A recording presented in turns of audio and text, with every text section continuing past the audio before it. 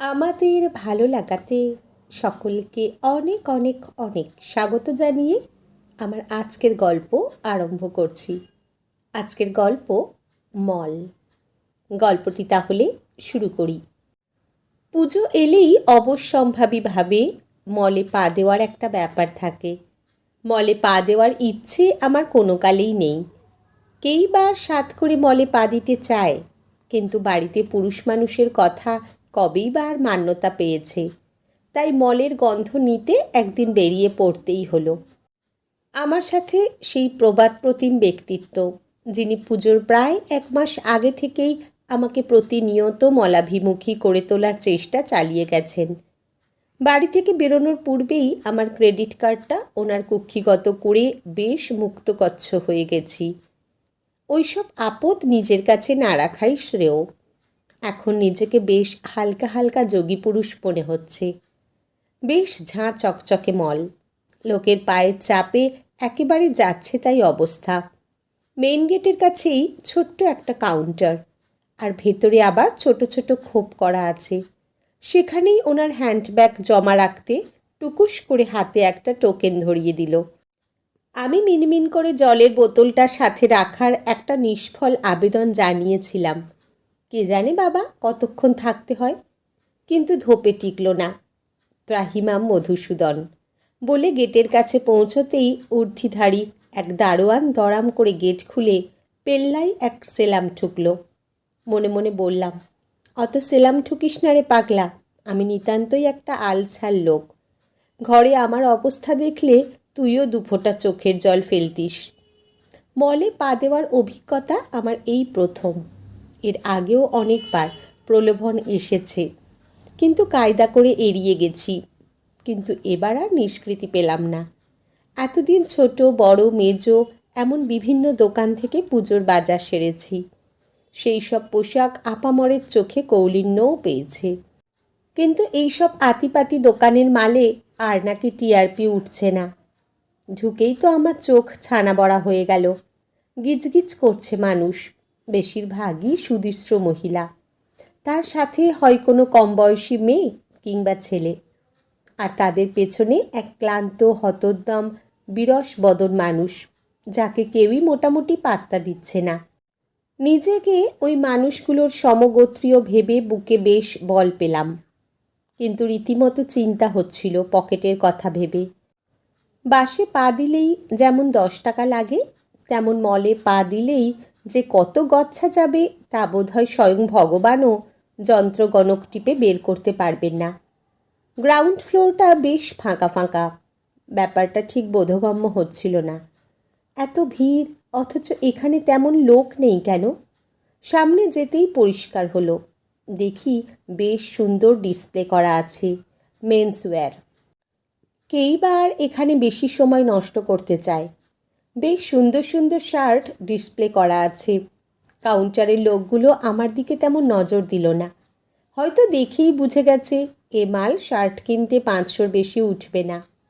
তবুও নেড়েচেড়ে দেখছিলাম একটু। আমার ওই নাড়াচাড়াই সার, তার বেশি আর এগোতে পারি না। কিন্তু আমার অপর পক্ষে তখন দেখি উপরে ওঠার তাড়া। অগত্যা পিছু নিতে হলো, দাঁত কেলানে বাঞ্ছারামের মতো। পৌঁছলাম সেই অতি বিখ্যাত জায়গায়, যেখানে গেলেই মহিলাদের চোখ কেমন ছানা বড়া হয়ে যায়। সারি সারি সাজানো সব মহিলাদের রকমারি পোশাক, সবগুলো যেন পাল্লা দিয়ে সবার দৃষ্টি আকর্ষণ করতে চাইছে। আমার উনি দেখলাম চোখ বন্ধ করে মিনিট 2 নিয়ে কি যেন একটা ভেবে নিলেন। মনে হয় সাথের পাঁঠাটাকে কোন দিক দিয়ে কাচলে ঠিক হবে তার একটা মক্স করে নিলেন। তারপর শুরু হলো তার খেল। সারা মলের এদিক ওদিক জুড়ে তিনি রীতিমতো দাপাদাপি শুরু করলেন। সে কি সদর্প পদচারণা! মনে হয় সারা মলে একটা থরহরি কম্প শুরু হলো। একবার এটা খাপলাচ্ছেন, আর একবার ওটা একটু নাড়াচাড়া করছেন।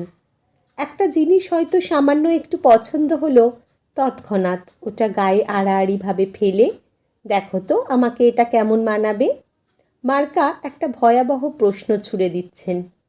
এটা এমন একটা প্রশ্ন যার উত্তর আমার সিলেবাসের মধ্যে কোনো দিন ছিল না।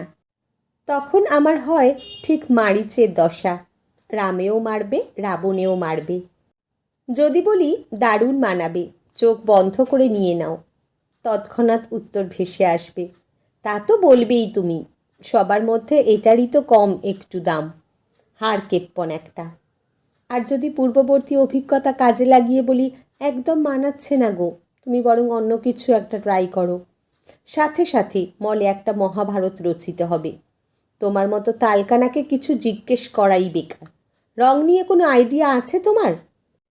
একটু লক্ষ্য করলেই বুঝতে পারতে যে এটা আমি হাতে নেওয়ার পর বাকি সবার কেমন একটা দীর্ঘশ্বাস পড়ল। সেই থেকে আমি ডিপ্লোম্যাটিক উত্তর দিতে শিখে গেছি।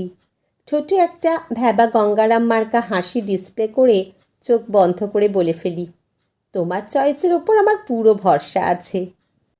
তোমার শরীরে যেটা উঠবে সেটাই সুন্দর। এই ধরনের ডোজে বেশ কাজ হয়। নিজেকে মাঝে মাঝে পাকা রাজনীতিবিদ মনে করতে ইচ্ছে করে, যারা ঘণ্টা তিনেক যুদ্ধের পর অবশেষে হয়তো কটা মনে ধরল। সবগুলোকে একটা ব্যাগের মধ্যে পুরে তিনি নিশ্চিন্ত মনে ট্রায়াল রুমের সামনে গিয়ে দাঁড়ালেন। এই ট্রায়াল রুম হলো অতিশয় ভয়াবহ একটা জায়গা, যেখানে আপনার কোনো অ্যাক্টিভিটি নেই, কিন্তু আপনাকে তীর্থের কাকের মতো বাইরে কয়েকটা পোশাক আশাক নিয়ে দাঁড়িয়ে থাকতে হবে।